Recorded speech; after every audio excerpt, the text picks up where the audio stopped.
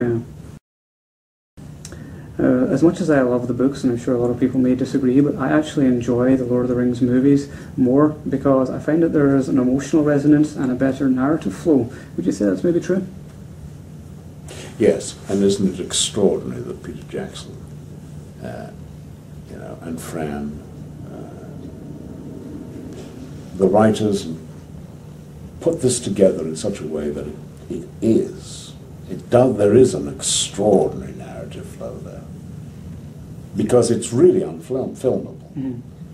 I mean, I think that Tolkien actually sold it originally for about £110, the film rights for about £110, because he knew that no one could make a film out of it. It was unfilmable. The structure that he'd created for it really derived from the Norse sagas, but even that was a special type of structure to create a precursor to the Nordic myths and the Arthurian myths. And frankly, that was one of the reasons why I thought it was a disaster in the making. Mm-hmm. when I first got involved in it, because I thought, this isn't film. Yeah. And Jackson's genius, amongst the many aspects of his genius, is that he knew that there was a film there, there was a film structure there. Yeah. Hard to find and to be true to the text and material as well. Yeah. But extraordinary. The man is a genius. The man is a genius. I mean, that's why I'm counting the seconds until The Hobbit and see what he can actually create from that, because I can guarantee you it'll be better than the book. He's taken all the stuff from the appendices, and I just think it's going to be fantastic and equally as big a triumph as Lord of the Rings. I think so too. To be honest with you, after spending a day in the studio watching them shooting,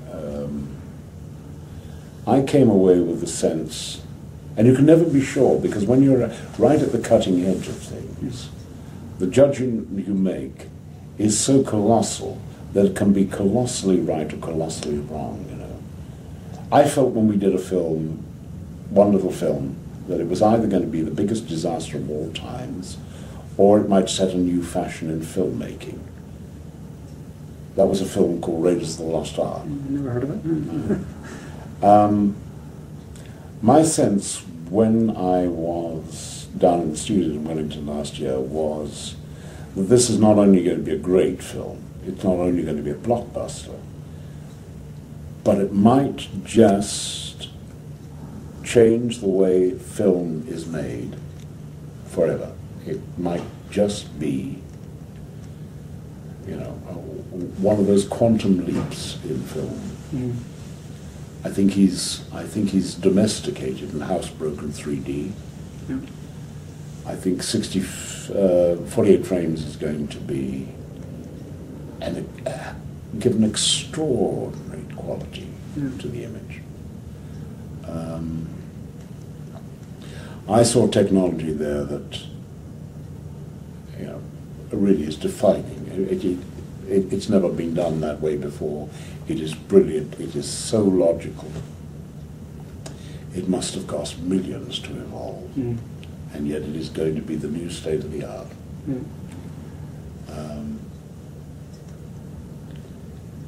But in the end, it all gets down to telling a story and pleasing an audience. And of the many great film tellers and filmmakers of the world, I'm pretty confident that PJ will pull this off. To me, of all the problems in The Lord of the Rings that I could not see surmounted, was the notion that the heroes of the piece were going to be these little people called hobbits, and a dwarf, and an elf, but they're all smaller. Mm-hmm. And I thought that there was going to be something so inherently risible in those images that we would never believe it. Mm. And I thought that was going to be the biggest challenge he'd faced, and I was fortunate to be in an early screening with Ian McKellen, in that extraordinary moment where young Bilbo leaps onto the cart with a bigger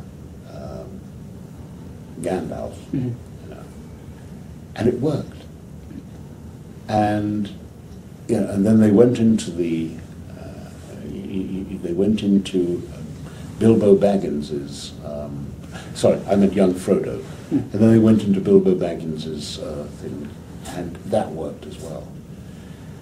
And I mean, I remember the gasp of astonishment that I produced, and in McKellen himself, and we both went.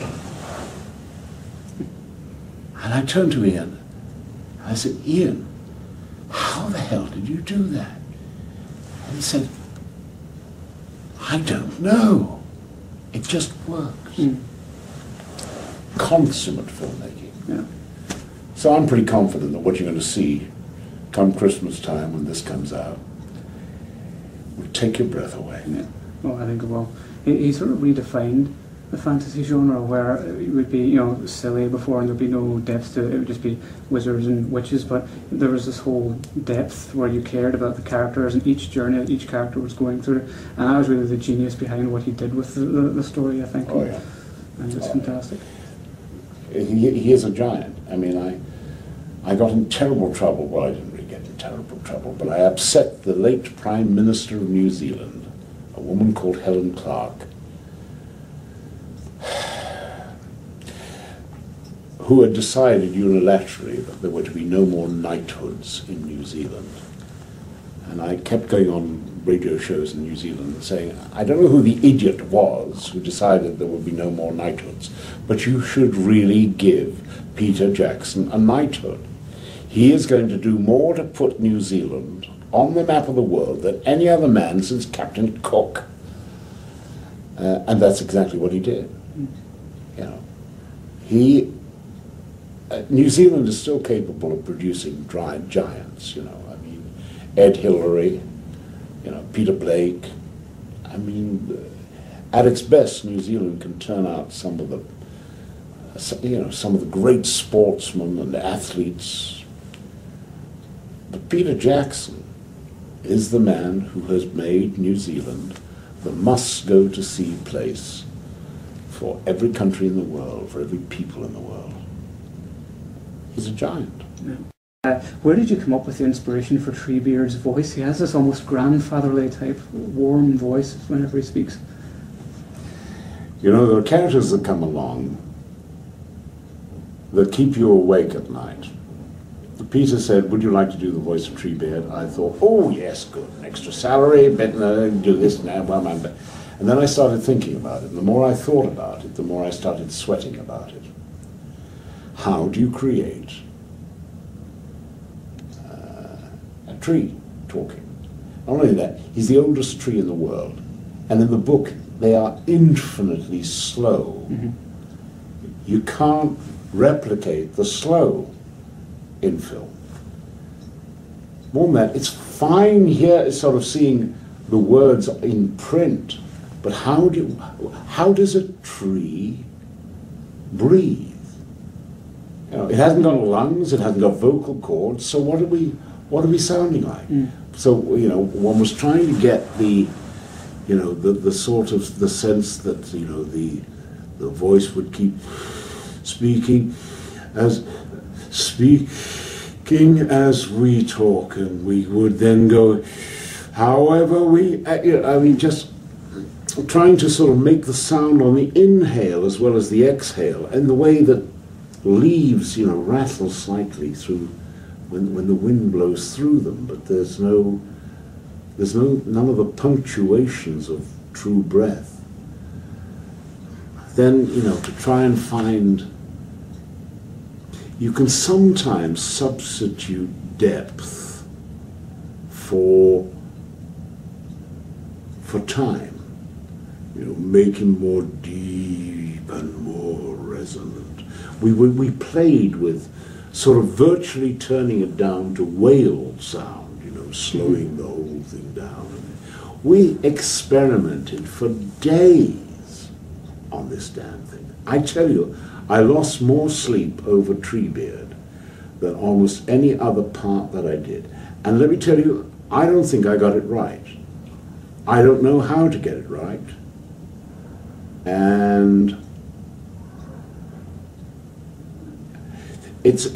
talking about it is like suddenly being reminded of that you were caught without trousers on in a public place, you know. It worries me still that I didn't do justice to it, and I'm not quite sure how to. There's a marvelous chap called Bob Hieronymus who runs a TV show, a radio show in New York, and I went on his show, and I was expounding this problem to him, and he was a real Tolkien buff. More than that, he had 2 or 3 friends who were major Tolkien scholars, and he talked to them and said, so how would Treebeard speak? And I was really heartened by one of the replies. There is only one actor in the world who could do this. Pause. James Earl Jones. And I don't think I disagree about that either. I mean, James is just magnificent. But it didn't really help. What we have is actually a coming back to a very early experiment, and I think it's a compromise. And I don't know how to. I still don't know how I could have done it. I still don't know how to do it. Damn it. I wouldn't have changed a thing about it. I thought the voice was fantastic, and particularly in the extended editions where he had the bigger role, because I remember when we first saw it in the cinema, That's right. there's so much got out, but then there's that fabulous verse which he gets to say, and he was asking about the Entwise and everything, which is all missing from the theatrical version, and then you've got all the extra fabulous language he uses in it. Well, you know, what I can say is I tried, and I didn't totally miss the character. The problem is you cannot on film reproduce the slowness and the age of the character because people will go to sleep. So what you've got to do is try and find a way of translating that into something that will work in film.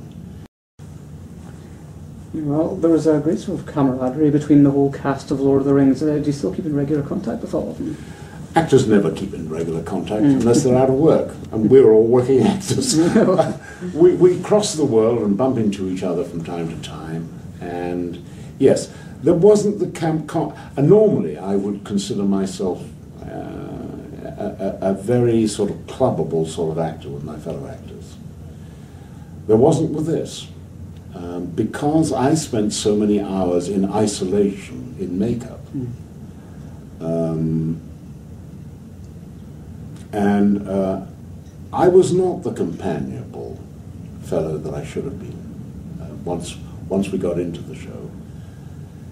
Added to which the fact that, you know, the removing the makeup really was removing the skin around my eyes, and so I had a complete sort of debrading of the skin, and it was just wet, lobster red stuff with.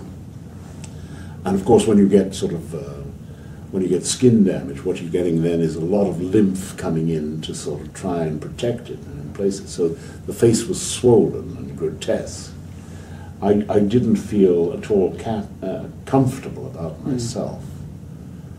I was hideous, to be honest with you, and I felt myself to be so, and that added an extra element of withdrawal as far as I was concerned.